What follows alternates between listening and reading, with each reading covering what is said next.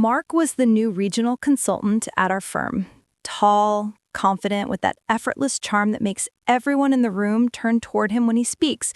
He wasn't loud or arrogant, just magnetic.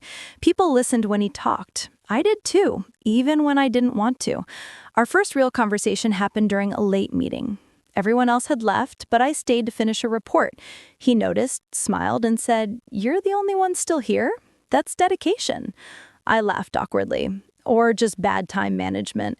He chuckled, that low, easy laugh that stuck in my head for no good reason. We talked for a few minutes. Nothing serious, just work, coffee, traffic. But there was something in the air that night. Something small, but dangerous. It was the kind of moment that shouldn't mean anything, but you still think about it later when you're lying next to your boyfriend, pretending to be asleep.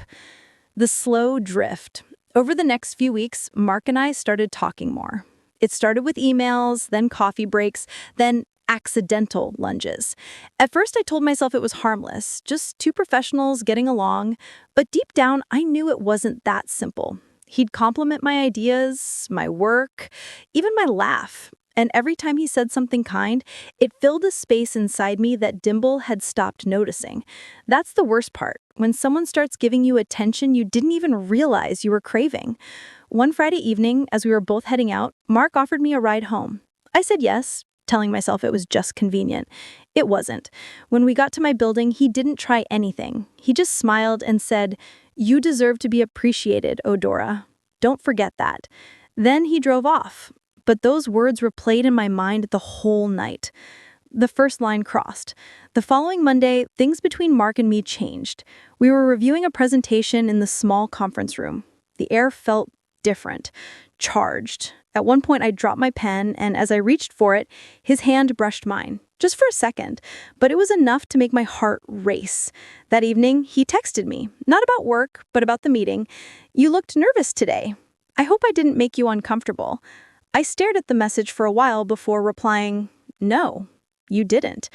I should have stopped there, but I didn't.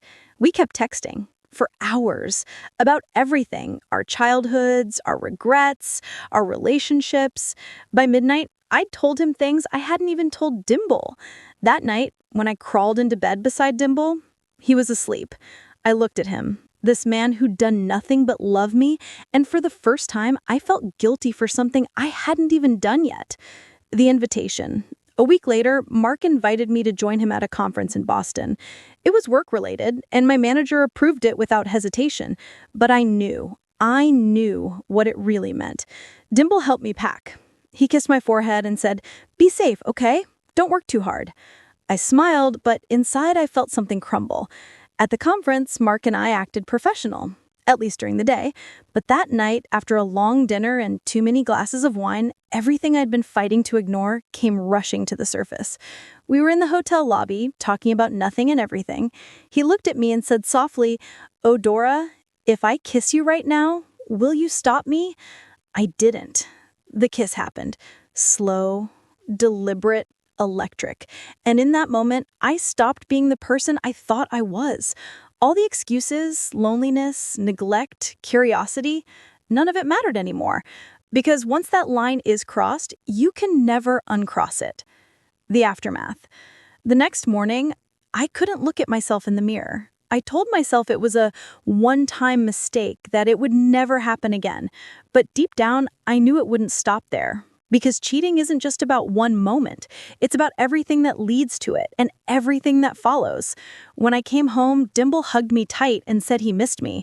And I stood there, arms around him, pretending nothing happened. But my heart was somewhere else, with Mark. And with guilt that I knew would eat me alive. When I came back from Boston, I thought things would return to normal. That I could slip back into my old life like nothing had happened. But the moment I saw Dimbul's face, the way he smiled at me, the way he said, "I missed you, babe," I knew normal was gone. I had changed. Maybe it wasn't visible yet, but inside, something had cracked open. And once you cheat, you start living in two worlds, one real, one built entirely on guilt. Pretending everything's fine. For the next few weeks, I tried to be the perfect girlfriend. I cooked his favorite meals, texted him more often, even laughed at his dry jokes. But every time he said, "I love you," my stomach twisted, because part of me wanted to say it back and mean it, and the other part knew I didn't deserve it anymore. At work, things with Mark Osil didn't stop. We told ourselves what every cheater says, that we were just too connected to walk away. He'd brush my arm in the hallway or whisper something that made my pulse race. We were reckless. But when you're addicted to something wrong, danger starts feeling like excitement. Every stolen moment made me feel both alive and empty at the same time. Because even when I was with him, part of me was terrified of losing everything else. The guilt game. Guilt is funny. It doesn't hit you all at once. It seeps in quietly, like water under a locked door. I started noticing small things, how Dimbul's voice softened when he talked about our future, how he'd text me to ask if I'd eaten, how he'd hold my hand at night without realizing I'd been holding someone else's hours earlier. One night, he made dinner. Candles, music, the whole thing. He said, "We've both been so busy lately. I miss us." And for a split second, I wanted to break down and tell him everything. The kiss, the hotel, the lies. But instead, I smiled, said, "I missed us too," and poured more wine. Because the truth would destroy him, and I wasn't brave enough to face that. The slip. It happened one Friday night. I told Dimbul I had to stay late at the office. But I wasn't working. I was with Mark again. We met at his apartment this time. No more hotels or excuses. It felt too easy, too intimate, too dangerous. Afterward, we sat in silence. I stared out the window at the city lights and whispered, "Do you ever think about how wrong this is?" Mark leaned back, his tone calm and confident. "Wrong doesn't always mean bad, Odora. Sometimes it just means real." That line stuck with me because it sounded poetic and poisonous. It made cheating feel like some deep emotional truth instead of what it was, betrayal. Cracks in the mask. By the time I got home, it was midnight. Dimbul was half asleep on the couch, waiting. He looked at me and said softly, "You've been working too hard lately. You okay?" I froze. My clothes still smelled faintly like Mark's cologne. My voice trembled as I said, "Yeah, just tired." He nodded, smiled, and reached for my hand. That simple gesture broke something inside me, because I realized he trusted me completely, and I didn't deserve it anymore. Over the next few days, I became paranoid. Every time my phone buzzed, I jumped. Every time Dimbul looked at me for too long, I thought he knew. But he didn't. He was just being the same caring man he'd always been. That made it worse. The double life. 2 months passed. By then, I was fully living 2 lives. One with Dimbul, the loyal, devoted man who thought he knew me, and another with Mark, the man who made me feel alive and seen. But the more time I spent with Mark, the more I realized something. I wasn't his only secret either. His phone would buzz during our nights together, and he'd turn it face down. Once, I saw a woman's name flash across the screen. Clara Hart. When I asked who she was, he said, "Just a friend. Don't worry about it." That's when I felt it. The sting of irony. I was jealous. Jealous of another woman while I was cheating on my own boyfriend. The hypocrisy burned, but I couldn't stop myself from falling deeper. The first suspicion. Then came the day everything started to unravel. I was getting ready one morning when Dimbul asked, "Who's Mark Osil? I saw his name pop up on your work calendar a lot." My heart skipped a beat. I forced a smile. "Oh, he's just a project consultant. Nothing important." He nodded slowly but didn't look convinced. That's when I saw it. The first seed of doubt in his eyes. And once suspicion takes root, it grows fast. Later that day, I texted Mark. "We have to be more careful. I think Dimbul's starting to notice." He replied instantly, "Don't worry, he won't find out unless you tell him." Something about that message chilled me. It felt more like a warning than reassurance. Breaking point. That night, I couldn't sleep. Dimble's breathing beside me was calm, steady. Mine wasn't. Every lie, every secret, every touch that wasn't his, it all crashed down at once. For the first time, I saw the future clearly. If I didn't stop now, I'd lose him forever. But if I stopped, I'd have to face the pain I'd caused. Either way, something was going to break. The morning after the storm between Odora and Dimbul felt strangely calm. The kind of calm that comes after a hurricane, when the world looks the same but nothing truly is. The air in the house was heavy, and the silence between them said more than words ever could. Dimbul had left early for work, and Odora stayed home, staring at her reflection in the bathroom mirror. Her eyes looked tired, not from lack of sleep, but from too many lies. Every time she blinked, she saw flashes of Mark Osil, his confident smirk, the way he touched her hair, the way he whispered things that Dimbul had stopped saying years ago. She whispered to herself, "How did I even end up here?" The flashback, when it all started. It wasn't supposed to happen. Odora met Mark Osil 6 months ago at her company's annual event. Dimbul couldn't make it because of a late-night project. Mark was a photographer hired to cover the event. He was charming, spontaneous, and had that magnetic energy that pulled her in before she even realized it. That night, he told her she had the kind of smile that could stop traffic. She laughed. She hadn't been complimented like that in years. After the event, they exchanged numbers for professional reasons. But deep down, Odora knew that wasn't the real reason. Present day, the guilt creeps in. Odora spent the afternoon cleaning the house, trying to distract herself, but no amount of scrubbing could wash away the guilt. Dimbul had become distant lately, not cold, just absent. He was always busy, always tired, always too stressed to notice the changes in her mood. But now, after last night's confrontation, he wasn't just distant, he was suspicious. Her phone buzzed. "Mark, you disappeared last night. Everything okay?" Odora, "No, he's starting to figure it out." Mark, "You need to relax. He's too logical to believe something without proof." Odora, "You don't know him like I do, Mark. Once he starts thinking, he never stops." Odora turned her phone face down and sighed. Her heart raced every time she saw Mark's name appear, but this time it wasn't excitement, it was fear. Dimbul's suspicion grew. At work, Dimbul couldn't focus. Numbers on the screen blurred.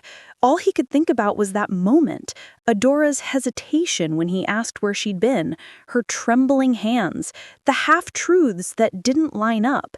He wasn't a man who jumped to conclusions, but he knew lies when he heard them. During his lunch break, he opened Odora's Instagram, something he hadn't done in weeks. He scrolled, looking for clues, anything unusual. Then he saw it. A photo of her from a few months back at a corporate event. And in the background, half-hidden but unmistakable, Mark Osil, the same man who'd followed Odora on Instagram 2 weeks later. Dimbul's stomach turned. His fingers clenched around his phone. He wasn't sure yet, but now he had to know. The game of pretending. That evening, Odora acted normal, or tried to. She made dinner, played soft jazz, and poured Dimbul a glass of wine. She hoped he'd smile, say something kind, maybe even hold her hand. Instead, he studied her, quietly. Every word she spoke, every move she made. He asked gently, "So, how's work been lately?" She hesitated, just enough for him to notice. "Same as always, busy, but fine." "You still talk to that photographer guy, the one from the company event?" She froze. "Mark? Not really. Why?" He smiled, the kind of smile that hides a storm. "No reason, just wondering." They finished dinner in silence. When she went upstairs, Dimbul stayed behind, scrolling through her recent calls and texts on their shared iPad. And that's when he found it. Mark Osil's name. Over and over. Late-night messages, deleted threads, and one photo. Blurred, but enough to show what had been happening. Confrontation number 2. When Odora came downstairs, Dimbul was waiting for her in the living room. The lights were low, the room silent except for the hum of the fridge. He held the iPad in his hand. Who's Mark, really? Her breath caught in her throat. Dimbul, He stood up. Don't lie to me again. Tears welled in her eyes. I didn't mean for it to happen. It just what happened? He laughed bitterly. You accidentally fell into someone else's bed? She cried harder. It wasn't like that. You were never home. You stopped seeing me. He snapped eyes. I was working for us, Odora. Everything I did was for you. And this is how you repay me? Her voice broke. He made me feel alive again. The words cut through him like a knife.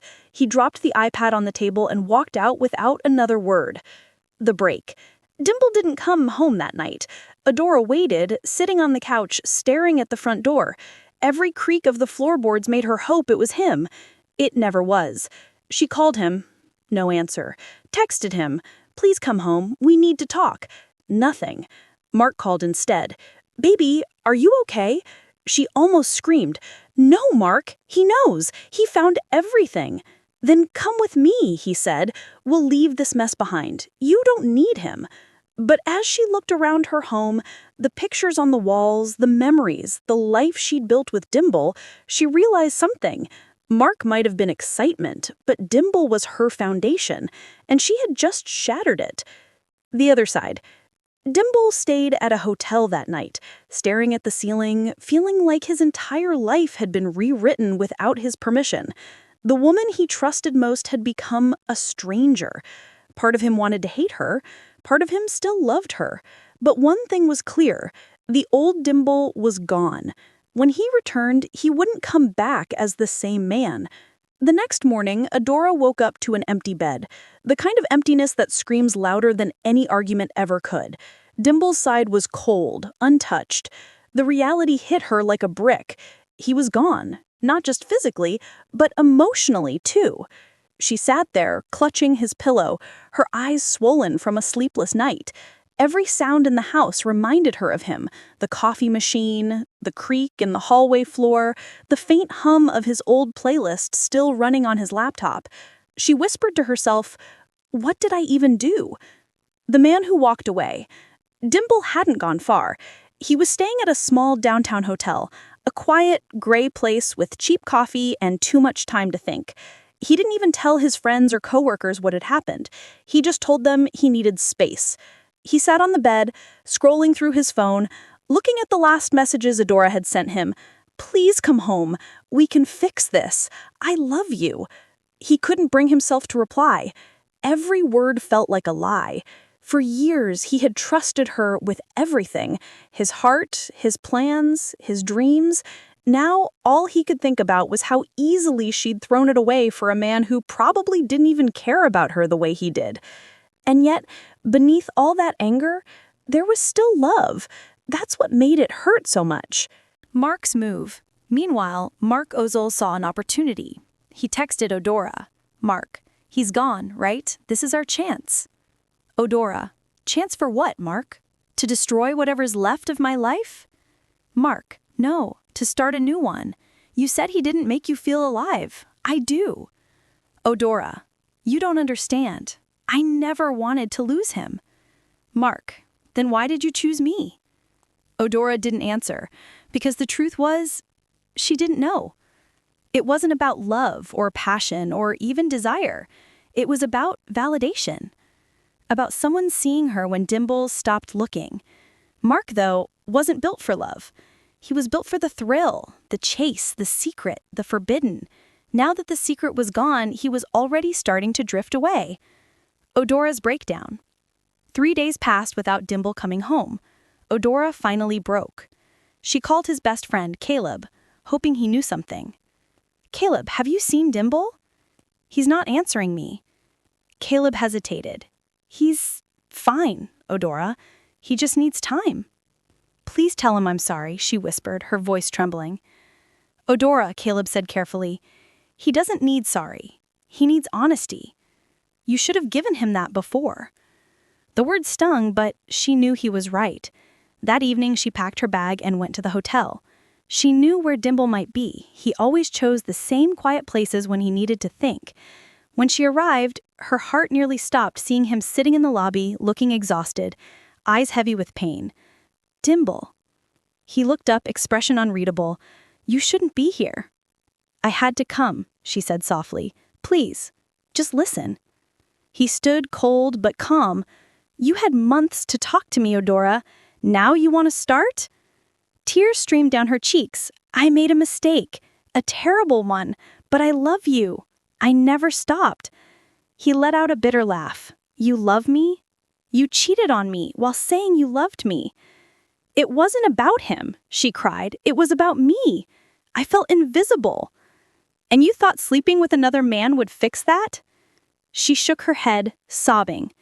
No, I thought it would hurt less, but it only made it worse. The shattering truth.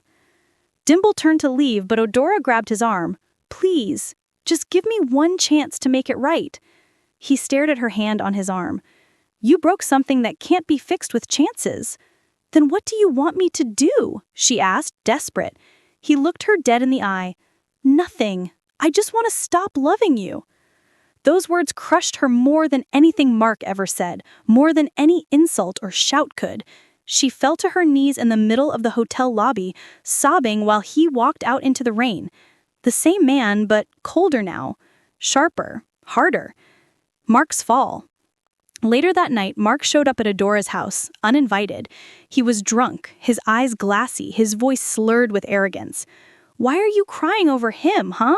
I'm right here. Odora backed away. Mark, please leave. He smirked. So now that he's gone, you don't want me either? What was I? Just your little rebellion? Mark, stop it. But he didn't. He stepped closer. You think you're better than me. You're just as messed up, Odora. Something inside her snapped. She slapped him, hard. Get out, she said, shaking. You were never love. You were just the reason I lost the only person who ever truly cared about me. He stared at her, anger flashing, then stormed out. The letter. 2 weeks passed. Dimbul didn't call, didn't text. Odora didn't see him anywhere. Then one morning, a letter arrived. His handwriting. Her hands trembled as she opened it. Odora. I replayed everything in my head 1,000 times. The laughter, the nights we stayed up talking about our future, the quiet mornings when we didn't need words. And then the day I realized you weren't mine anymore. I don't hate you, Odora, but I can't love you the same way again. Trust isn't something I can rebuild overnight. Maybe one day I'll forgive you, but right now I need to learn how to live without you. She pressed the letter to her chest and cried until her voice broke. For the first time, she realized the full weight of what she had done. It wasn't about losing Dimbul. It was about losing herself. It was a cold afternoon in late November when Odora finally saw him again. The sky was gray, heavy with unfallen rain. The city around them moved fast, people running, cars honking. But for her, time slowed to a crawl. She stood outside the small cafe where they had first met years ago, the same place he used to bring her every Sunday. Back then, love had been simple, laughter over shared pastries, soft touches under the table, plans forever. Now, forever was gone. But she still came, because he had texted her that morning, just one line. Meet me at the cafe, one last time. Her heart stopped when she read it. She didn't know if last meant closure or hope. When Dimbul walked in, he looked different, not broken, not angry, just peaceful. There was something calm about him, something that told her he had made peace with the pain. The awkward silence. Hey, Odora said softly as he sat down. Hey, he replied. They stared at each other for a few seconds, both searching for something familiar, but all they found were ghosts of what used to be. You look good, she said hesitantly. Thanks, he answered. You do too. Then came silence. Long, uncomfortable silence. Finally, Odora spoke again. I didn't think you'd want to see me. I didn't for a long time, Dimbul admitted, but sometimes you need to face what broke you before you can move on. She looked down, fidgeting with her cup. Did I really break you that bad? He smiled faintly. You didn't just break me, Odora. You shattered everything I believed in, but somehow I'm still here. So maybe that's something." Her eyes filled with tears. "I'm sorry, Dimbul. I really am. I wake up every day thinking about what I did. How stupid, how selfish I was."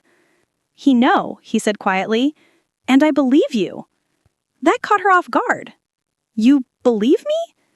"Yes, because guilt like that doesn't fake itself." Odora swallowed hard. "Did you ever hate me?" He leaned back, exhaling slowly. "For a while, yes. But hate fades. What doesn't fade is disappointment. You can forgive someone, but you can't always forget the version of them that lied to your face." She nodded, tears spilling. "I understand." He continued, "I kept thinking I wasn't enough, that maybe if I'd been more attentive, more romantic, you wouldn't have looked elsewhere." "No, Dimbul," she said firmly. "Don't say that. It wasn't about you. You were good. You were too good. I was the one who lost sight of what mattered." He looked down at his coffee, stirring it absently. "I've accepted that.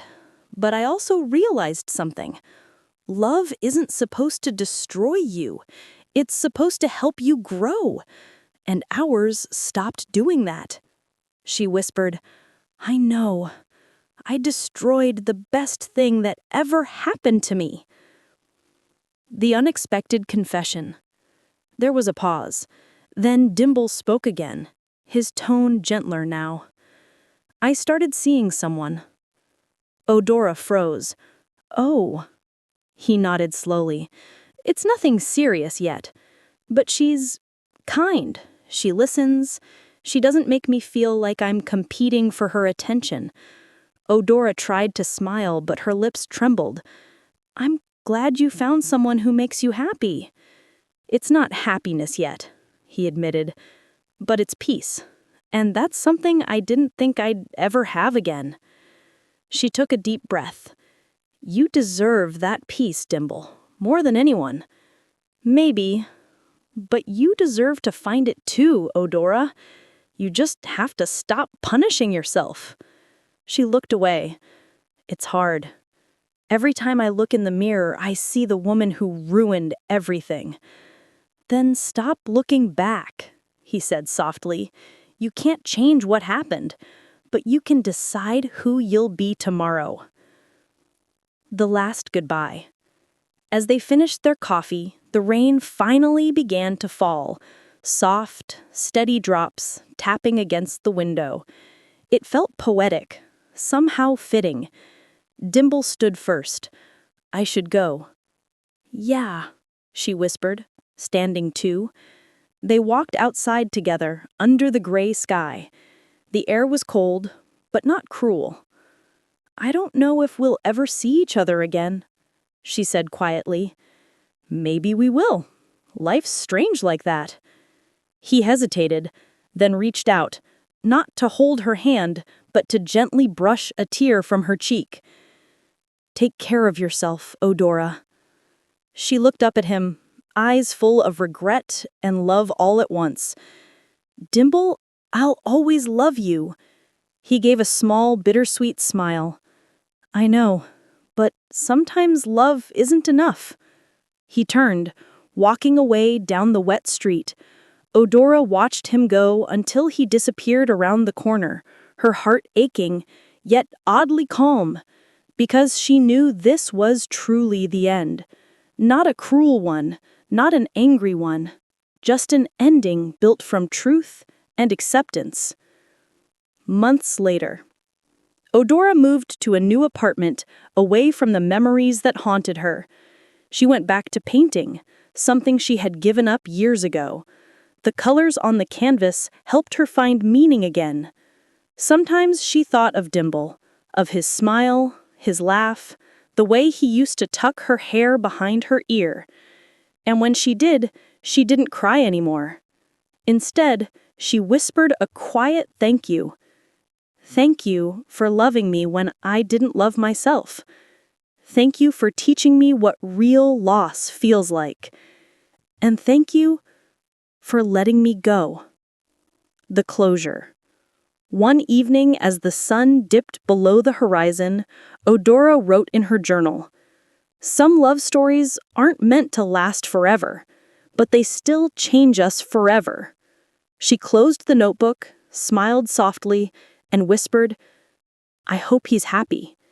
Somewhere across town, Dimbul looked up at the same sunset, feeling strangely at peace, like his heart had finally forgiven the past.